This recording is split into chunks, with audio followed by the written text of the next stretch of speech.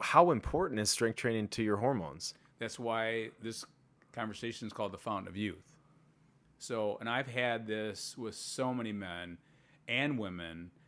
When they start bringing strength training into the fold, their hormones start to get more and more in balance. I can't say this enough. And so, when And you it's get not about raising or lowering, it's balancing them out. balance, correct? And why does that happen? Because now your body is going to work. So, for example, when you start doing strength training, you're putting some type of adaptation to the body, and the body's going to, how do I build and repair? Well, I do it through sleep and obviously better nutrition and all these different things. But strength training causes that load, that adaptation. And so if I'm looking at a bone, which is live, bones are live, why do I want to take calcium supplements when I'm not putting any load on that's the absorb? So here comes the bone. The bone gets better. The muscles get better.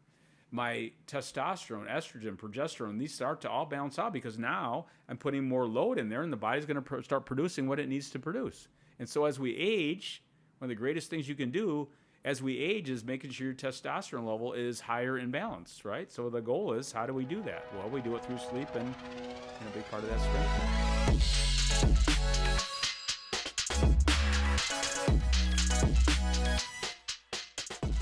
So today we're going to talk about strength training, and we're going to title this The Fountain of Youth because it's a practice, a habit, a skill that can really create longevity, make us feel younger, even though we don't like to talk about necessarily age that way. But strength training can be the fountain of youth. Tons of information going on around the internet. And so we thought we would kind of have a discussion around strength training, what you see, what I see, what we all should maybe be thinking about when it comes to strength training. So let's dive in real quick. The catalyst of this conversation was you got approached at a gym recently, and explain what they said to you. Well, I had two people in the same day. Hey, can I talk to you for a second? Sure. Well, I've been reading or listening or whatever that it doesn't really make it any difference if I do 3 sets of 30 reps or 30 reps of one set. So they're really confused about how many reps, sets. Have you ever heard that? Now, yeah. So you've been. So people are How asking, long you been in the weight room? Well, I got my barbell set when I was 11. So I'm 60, going to be 66. So maybe let's just say like 18 you started going to an actual gym. Well, I really started doing a lot. I started looking at when we were at Luton School, we had the President's Physical Fitness, and I remember coming in the morning, we would all be doing pull-ups. Okay. So we started doing strength training probably when I was in grade school, and that was in 5th grade. And so then we did push-ups and pull-ups and all that kind of stuff. So that was a form of strength training way back then. And then as you went through graduate school, but have you ever heard of anyone teaching 30 reps of anything? Yeah, so let's go back. So I was at Sexton, we played football, and we had like one bench press for like 50 guys. And so you would come and do your bench presses, and then you would do some kind of shoulder press in some barbaric type machine, and then you would do this over there, and then we would sprint, and we'd come back and do it all over again. It was no Who was supervision. teaching you that?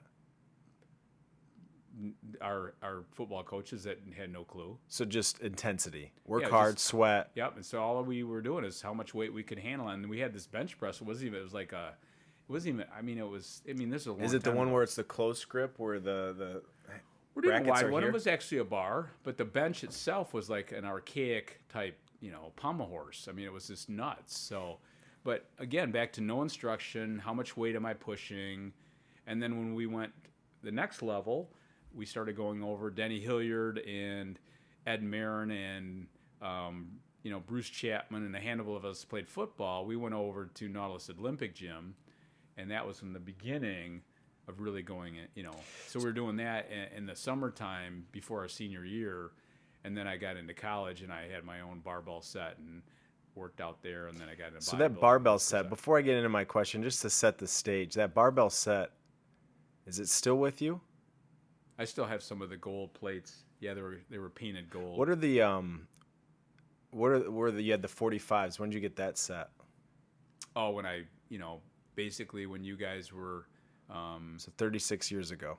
yeah, so when you guys were born, I ended up buying an Olympic set because before when I was in college, I had just the smaller hole, Okay. you know. So this kind of traveled around with you, but back to my question. So as we start this podcast off, we want to set the stage that I'm 36, so I haven't had this much experience other than a decent amount of experience. But you've been in the gym lifting weights for 50 some years. Yes. Mhm. Okay, so in 50 some years, a lot of it was non-instruction, and we're going to get into that. Have you ever heard of someone doing 30 sets of or 30 reps of anything? Well, again, whether you're doing Tabata or some of the things you're just going to failure, sure. And people would do like when we were getting ready for a bodybuilding contest, everybody's doing, more reps and to failure, and that was kind of a way to get ready for a contest. So in your 20,000, 40,000 one-on-one sessions that you've done, have you ever really told someone to do 30 of anything? No, because again, it's back to the beginning of what's the goal, what's the impact, what's the optimizing you're looking for, and I could lift this pen, 500 times. Okay, so you're really not getting into the training specificity. Many people think about the more reps I do, the more I'm gonna lose weight. Okay, so this is good. So as we start this conversation, you got approached by a couple people. Hey, Same it's day. no difference if I do 30. So how'd you answer? What did you tell them? What questions did you ask First them? question I asked them, what's your goal? Did they So- know? Not really. No, they just heard it, and so when you look around the gym, sometimes it's painful because people have no idea what they're It's doing. painful for you, sure, knowing all the things that you've Yeah, seen. it's just I'm not sure what they even. And then when you're starting to train people, you start asking them questions, and so we got to get out of the myths. They have a lot of myths. Like when I was told when I was in, I still remember when Mom and I were at I remember they were saying I was at Skytama's and they were doing a pre-marriage party, and they were like, your muscles are going to turn to fat as you get older, and that was the myth back then. So you have to get through the myths. That's weight training or strength training is boring. You need a lot of weight, you need a lot of time, you need to, it's not my thing. You got to tackle some of those beliefs and myths, and then from there you start opening up the eyeballs. All right, so let's start with this question. This is a question I have for you. In 50 plus years, two-part question. One, what would you never do again that you used to think was essential for strength training? So that would be part one. Part two, what'd you never do that you now think is essential at 65 years old and you would teach it for everyone? So I'll come back. The first question is, what did you used to do that you would never teach or never do going forward in the future? Well, a couple things here. Number one, it was all about the weight. Sure. And so I would never, ever think about that anymore. Resistance is one thing, but it's not the thing. Back in the day, it was the thing. How much can I bench? How much can I squat? It was the thing in the gym. Number two, if you looked at movements, I would never, ever do a barbell bench press ever again. There's no reason for it. All it does is it puts more stress on my shoulders. And So that's a big statement. Never do a barbell I would bench never press do a again. barbell bench press again. All right, so let's talk about the purists that would say, that's one of the best workouts in the gym, or in your case, that was the only machine you had in some of these. Well, again, it gets back to what's the intention. So again, it's going to put a ton of stress because you're looking at horizontal adduction, and so it's going to put a lot of pressure in your shoulders, which is the most mobile joint in the body. So there's no way you can adduct a bar. So now you're going to have more emphasis in the wrist and the elbows and the shoulders, and the next thing you know, this is my world. Now I'm getting injured. And so I worked with a lot of athletes at a high level. So how long did you bench press until your first injury?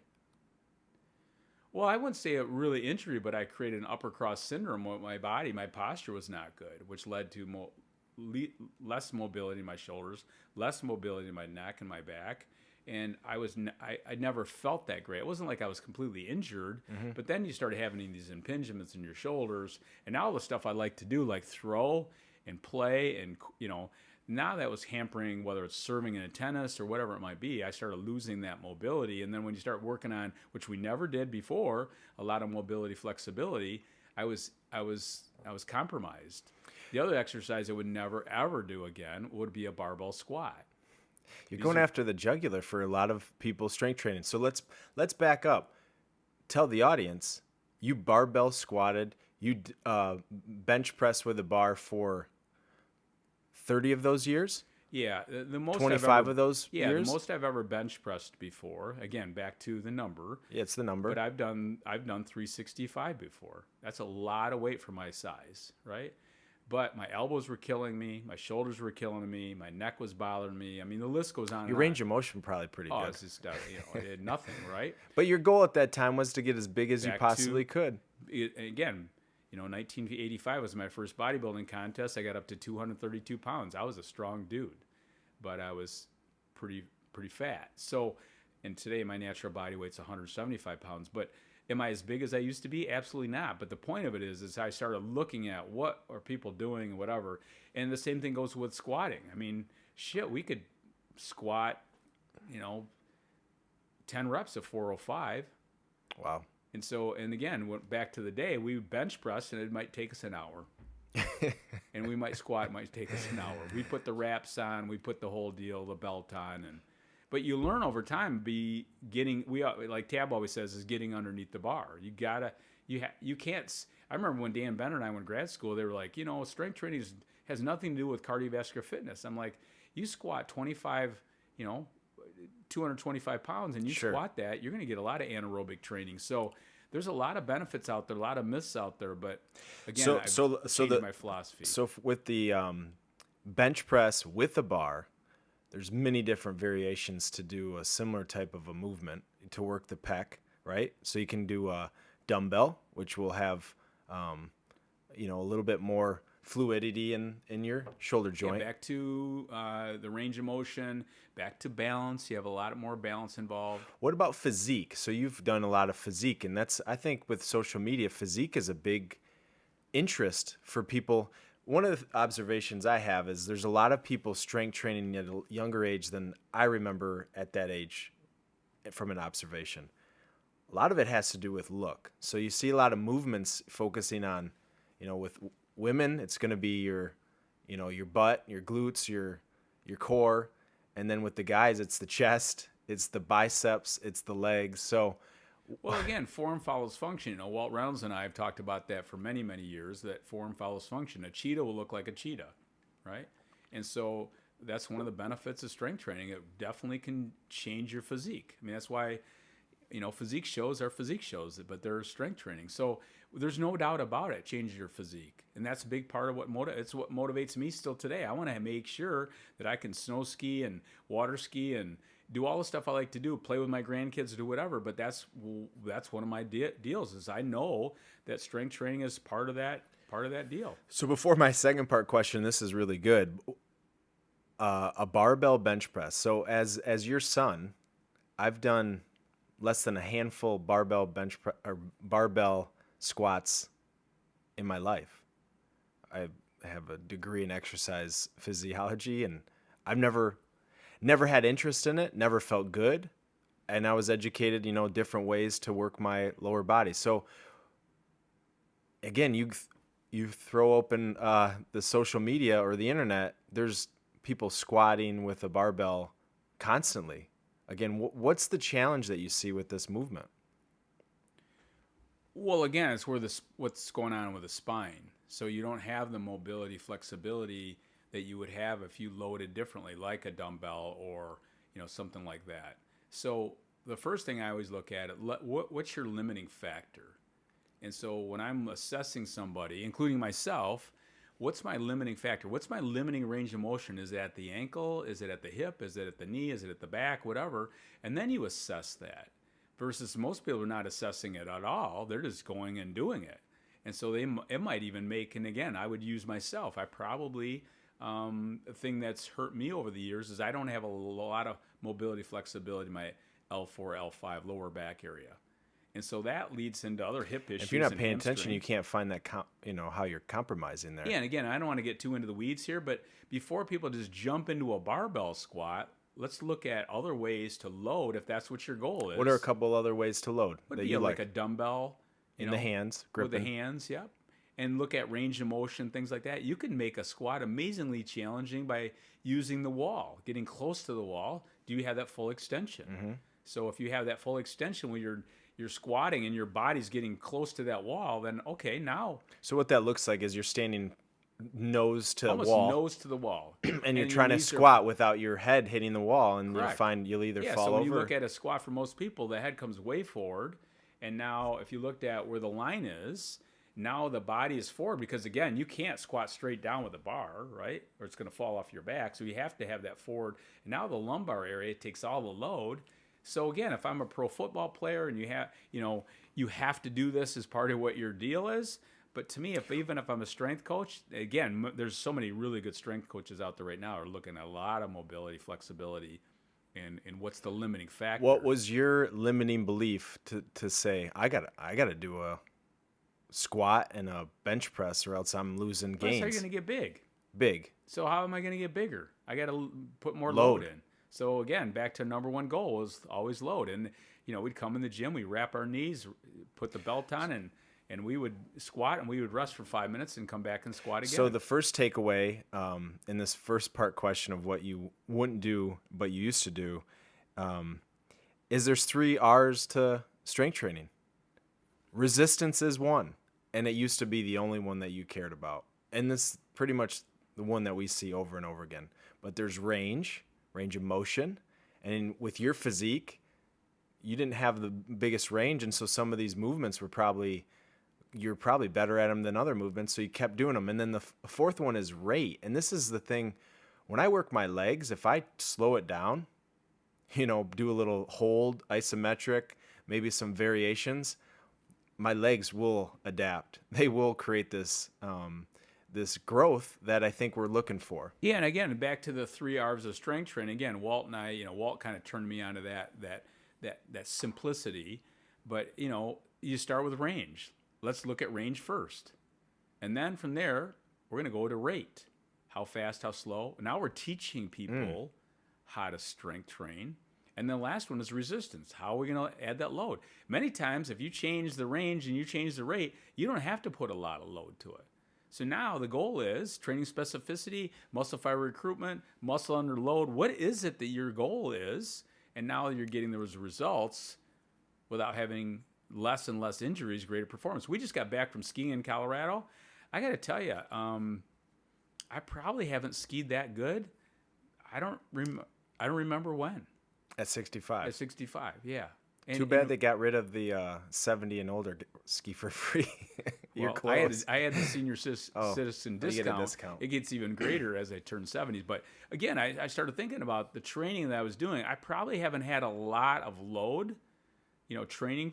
But again, back to specificity. If the Super Bowl was, this weekend, and you probably will have to load, but there's different ways to think about it, and there's a lot of people pushing the envelope.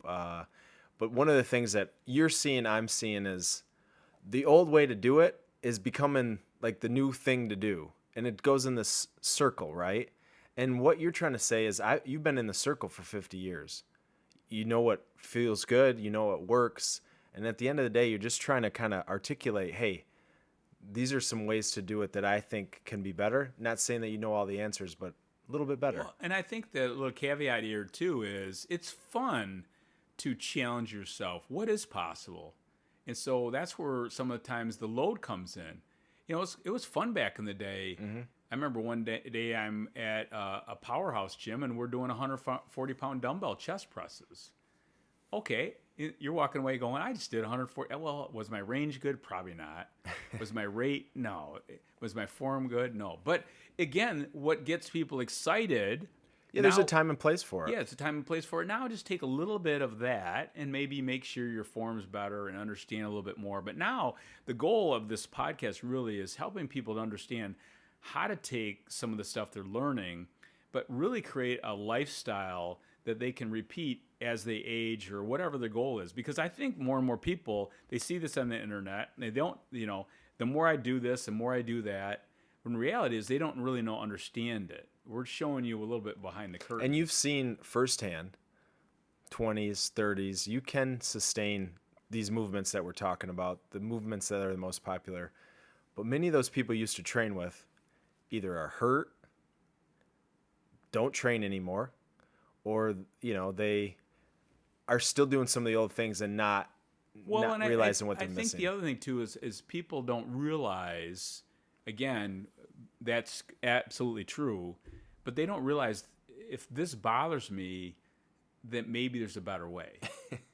And so if my technique's not, if I don't understand this and that, we were just doing this again when we were in Colorado, but when you start working on techniques, the thing that used to bother you doesn't bother you. And now you're excited because now you can create this more synergy in the body that doesn't hurt you. In fact, it enhances what you're doing. My knees bother me doing a squat, but here, try this squat. Doesn't bother my knees. I can't tell you how many people I've worked. I can't squat. I'm like, well, let's take a squat. And we all squat every day. Right. Let's do a counterbalance squat. They're like, wow, that feels really good on my back and my knees. Okay. So now this is a form of strength training, but you're always thinking that I have to load. I'm like, we're actually decreasing the load. For the audience, because I want to come back to that second part question, what did you used to not do, think, oh my gosh, I'll never do this? That's for other people that you would never stop doing today from a strength training. So the opposite of that question. Well, again, back to the opposite. Why would I want to do this exercise where I'm not loading? If I can do a lateral raise with dumbbells and I can do 35 pounds, why would I not do that with terrible form and just flip them up here, right? So the load, I had to get out of my way. Like, it's not Could be a resistance band. It's not about the load. It's about, I remember doing a strength training for Big Ten strength coaches. This is 100 years ago. And I had bands. I brought bands in because they're mobile. And they're like, how do you measure that? They're all getting in my face. Well, every strength coach in the Big Ten is using some form of resistance bands. It's this resistance today. Yeah, But 20 back years in the day, 20 years ago. I would say it was close to probably 25-ish more years ago or more. But when I came in, I'm not a strength coach, but they you got to measure in, it. Mm-hmm. and they were like, "You can't measure that." I'm like, "Well, why do you need to measure it? It creates mobility, flexibility, balance, strength, everything rolled in. It's hard to measure some of these things, but that's what they want. If I can't measure the bench press or I can't measure the 40-yard, Can't see if we're getting better. can't see if I'm getting better. When reality is, I don't have less injuries.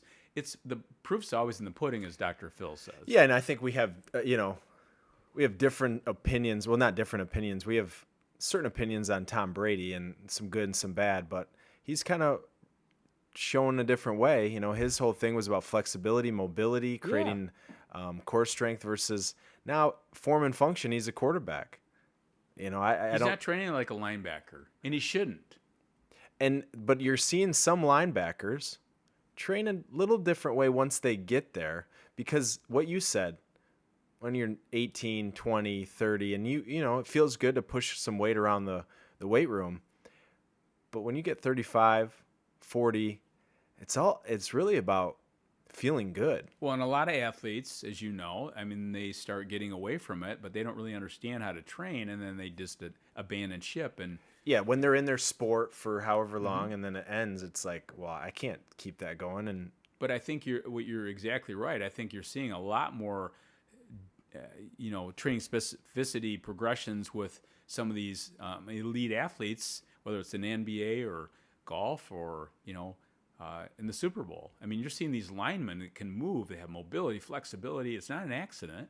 They're training differently. But 30 years ago, some of those linemen were stiff, big, strong, but they couldn't move. And so it's a total package, and that's what strength training is. So the Fountain of Youth strength training, let's get into a couple of these things. You mentioned it earlier about strength training isn't cardiovascular. It doesn't help the heart. What can strength training do for the heart, especially as we're in February talking about Heart Health Month? Well, again, as like I've trained clients, I'll tell them this. I said, okay, as you get more fit, in fitness, I look at everything. We're going to speed it up a little bit. We're not going to let you recover as fast. And as you get better recovery, you get better fitness. So when you take somebody in the first time and they do, let's just say, some body weight squats and some step ups or push ups or rows or whatever, they're going to need a lot of rest between these sets to recover. Well, as they get more fit, You take away the time. muscle gets better, cardiovascular system gets better. And again, when we think of energy systems, it's not just aerobic and anaerobic. It's a lot in between. And so that's really where strength training can come in. It really can create all over fitness, also muscles, better, bigger engine, more mobility, flexibility, all that stuff, including cardiovascular health and fitness. So, a lot of people that love cardio just do cardio, don't strength training. Why would you tell that person, the runner, the cyclist, that they need to add some strength training to balance it out? What are they missing? What are some of the benefits that they would get? Well, again, they're going to build a bigger engine. And number two, they're creating more power. And so when you're trying to run faster, bike faster, whatever it is, and again, for the average person, what they do is they spend a lot of mindless time doing cardio, when in reality, they need to spend more time doing mobility, flexibility, and strength. And so to me, I always get back to what do you truly want? Now, there's a lot of benefits we know by movement, what it does for the mind, but strength training can be part of that. When you get people to learn how to strength train, they have to focus. Yeah, you can't phone it in. You can't phone it in. So if I'm talking about the nervous system, I'll ask them when I first start with people, do you feel this in your middle of your back? I feel it in my traps. Well, they don't understand how to connect the brain to the muscle, which is the nervous system. So a big part of training initially is what are you feeling, where your body is in space. And so that's really where strength training comes in, because when people do cardio, they don't really they don't think about this. Their minds, but when you're doing strength training, you got to focus on technique, whatever.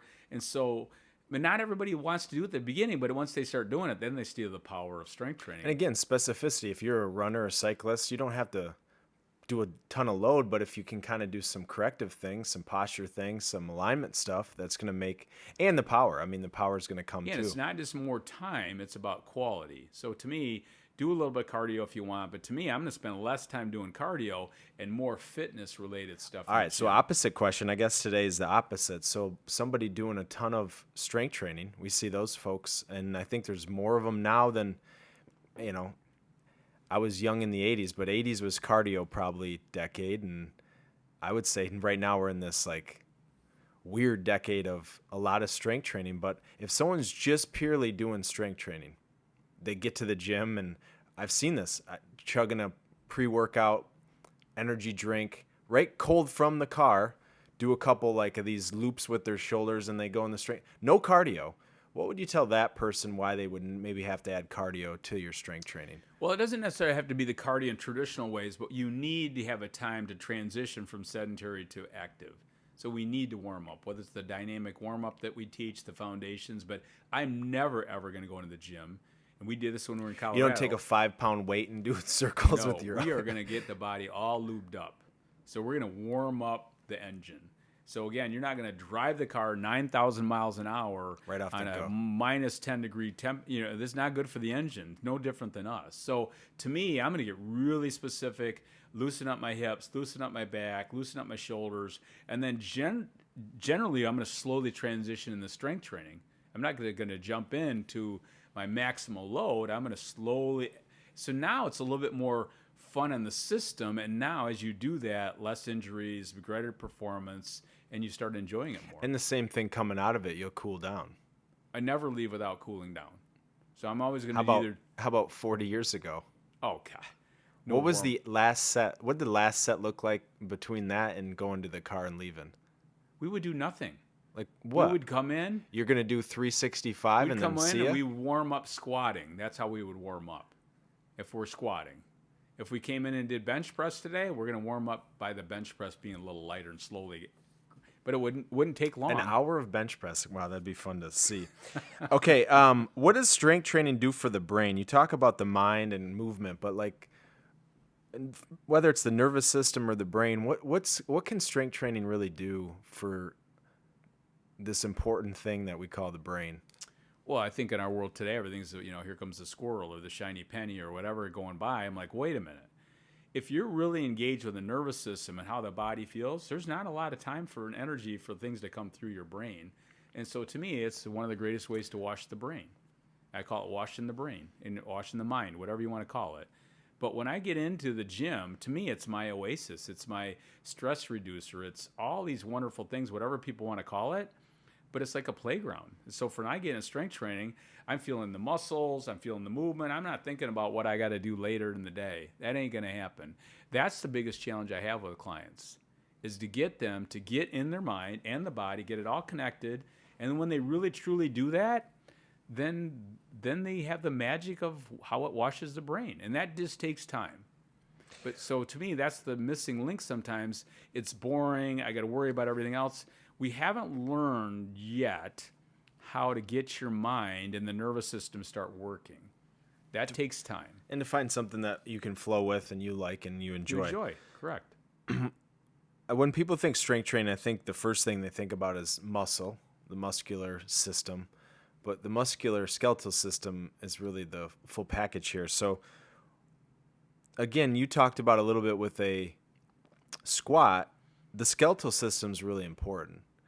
Why do we miss that in this equation of strength training? So it's about how big my muscles get versus what's my skeletal system look like. Joints, cartilage. Yeah, look at the whole package. Bone density, there's nothing better for bone density. Connective tissue, again, back to mobility, balance. That's why we talk about range, the nervous system, all that. So when you go through a movement, you're teaching the nervous system, wow, that's what's possible. And so the nervous system adapts. And then you go into other things like, we don't talk enough about this, but when you look at TV at night, everything's about hormones. Men and this, women this, whatever. Strength training is one of the most powerful ways to balance your hormones because you're putting adaptation to your building or sex hormones. So talk, again, skeletal system was a question, but that was my next question. Since you're on it, how important is strength training to your hormones? That's why this conversation is called the Fountain of Youth. So, and I've had this with so many men and women. When they start bringing strength training into the fold, their hormones start to get more and more in balance. I can't say this enough. And so, it's not about raising or lowering; it's balancing them out. Correct. And why does that happen? Because now your body is going to work. So, for example, when you start doing strength training, you're putting some type of adaptation to the body, and the body's going to. How do I build and repair? Well, I do it through sleep and obviously better nutrition and all these different things. But strength training causes that load, that adaptation. And so if I'm looking at a bone, which is live, bones are live, why do I want to take calcium supplements when I'm not putting any load on that's the absorb? So here comes the bone. The bone gets better. The muscles get better. My testosterone, estrogen, progesterone, these start to all balance out because now I'm putting more load in there and the body's going to start producing what it needs to produce. And so as we age, one of the greatest things you can do as we age is making sure your testosterone level is higher in balance, right? So the goal is, how do we do that? Well, we do it through sleep and a big part of that strength training. And so obviously load's one way to boost testosterone. So if I lift more weights, I'm going to create more testosterone, but what you're saying is it's not all about the load. No. You can strength train in different ways to create the same outcome. Yeah, so that's why each month, again, doesn't want to be too deep here, but when I'm working with a client, we're really trying to improve their testosterone level for both men and women. I'm going to do a 3-day split for them, and I'm going to change the variations. So we might do, let's say, 3 sets of 13 reps. And then the next month, might do 4 sets of 8 reps. So obviously changing your load, changing this and that, the body's going to adapt versus doing 3 sets of 10 reps. Or 3 sets of 30. Right? So that's now you're going, I never thought of it that way. No, it's not only a way to boost your hormones, but it's also a way to keep you injury-free. Okay, so then the flip side of that, again, back to the opposites that we're asking. So strength training can be a balancing effect for your hormones. Overtraining, what can that do to your hormones? Again, it causes the opposite effect. So again, why? Because there's not enough recovery? Not enough recovery. I'm going to injury, I'm going to failure, blah, blah, blah, and you hate it, right? So if you hate it, your stress hormones are on. If my stress hormones are on, my building hormones are off. So now, this is what I have with, I would say, more men than women, but I'm like, you're redlining. What are you doing? Why are we doing to failure? Oh, it says in my watch that I have to work out at this intensity. Wait a minute. That's a training wheel. You hate it. Next thing you know, your stress levels are so high, you can't sleep at night, your resting heart rate's going up. So when I started overtraining for a contest, I always knew once I started struggling with my sleep, I was You're overtraining. Or my resting heart rate started going up. So if I'm overdoing it, my stress hormones are beyond, and your building and your sex hormones start to turn off. So, okay, as we kind of wrap up this conversation, there's many ways we can go into strength training. A lot of junk out there. What do you want to tell the average listener, maybe that doesn't strength train, or someone that is always dabbling in it? They run through the typical circuit. What do you want them to know? Let's start with the average person that doesn't strength train or doesn't strength train like they know they could. Well, hopefully you're listening to this and you're saying, okay, whether I'm doing it or not, or maybe I'm dabbling in it, understand the importance of it. So as you age, it is the fountain of youth. And I tell every person, you don't even need any equipment. Zero equipment. There's no price for entry. But the bottom line is you have to just start. You have to just start. And it could be as simple as doing a body weight squat, and it could be a small movement, or it could be maybe a standing row, or maybe you're doing some dumbbell curls with 1 pound dumbbells with perfect form, working on your posture. But if you just start, that's all my clients. It's like I had a guy in here not too long ago, and he just never strength trained before, and I'm like, let's just start from the beginning. And just to remind listeners, most people have never strength training. Yeah, so this guy comes in and he wants to get in better shape and this and that. So and he's starting to walk and whatever. But I said, we're gonna do 4 basic strength training exercises today. And he walked out of here and he goes, you know what? You created a ton of hope for me that I can do this. I go, you not only do it, you did it great. So to me, I always want my clients to feel like they're, number one, that they have the hope that they can do it, and number two, that they're successful. I think sometimes I want you to be so stinking successful. I mean, you're an amazing golfer. If you go out there and you teach me 20 things, I'm probably going to be terrible at all 20 things. But if you go out and teach me one thing and you really perfect it, now I have something to build on it. So that's where I start with people at the beginning. Let's start few things here. Let's get really good at them, and then we can add to the buffet. The other person that's working out, step back for a second and say, have that self-awareness. What am I currently doing? Why am I doing it? Do I like it, not like it? What do I need to improve upon? Is it my technique? Is it my progressions? Is it my recovery? The recovery? What is it that I could improve upon? So when I get somebody that's pretty skilled, that we take them in the gym, here comes all these things, and they're like, I never thought of that, never thought of that, never thought of that. So now it's not just running them through a workout, it's teaching them how to do it so they have it forever. And so I think that's the missing link out there. And that's why we have Workout Wednesdays. We're trying to have different ways to help you learn how to improve mobility at your ankle, or learn why we don't teach a barbell bench press. Not saying you can't do it, but day in and day out, these are the things that are probably not going to be the best benefit of your time and the goals you're looking for. So again, it's about progressions. It's about where everyone's at. But what we're seeing a couple of things, I think, equally. Bad training, and not to, discourage anyone trying to make a living, but there's bad training, and you were part of this kind of hope and solution. But the trainers aren't bad because they're not trying, and they're bad because there's no formal way to teach them. So you have a graduate degree, master's degree in exercise physiology. You got all the science, but when did you ever learn the art? You had to make mistakes, right? Yeah, you had to spend time in the gym. And so a big part of that, when we had the Michigan Athletic Club and we had an amazing group of trainers, we would learn from each other. And then over time, we started learning, like, okay, we need to take this education and put it into a training program. And so every new trainer came in, we would run them through everything: posture alignment, assessment, what are they eating, what are they sleeping, all that kind of stuff. But it wasn't being taught. You can go to these certifications, and they all have benefits, but the whole package wasn't there. And so that's really where I started learning more. And I surround myself today with an amazing whether it's Gabe or Walt or, we just had Jill Marlin on last week. Yeah, physical therapists, Physical therapists, chiropractors, doctors, surgeons. You surround yourself Yeah. and be curious about that. But the bottom line, a lot of it has to do with the art. You have to spend time in this. And so people ask me sometimes, like, how did you learn that? Well, you kind of just experiment. How do you hit a cut shot playing golf? Probably because I failed at hooking it too much. Yeah. So a big part for me is like, I know you learned how to do a better leg movement. Correct. By repeating a leg movement that everyone's been taught that didn't feel great at some point. And so you ask the question, one, when you teach a new person to squat, it's a disaster. It's a disaster. Brand new person doing a barbell squat is a disaster.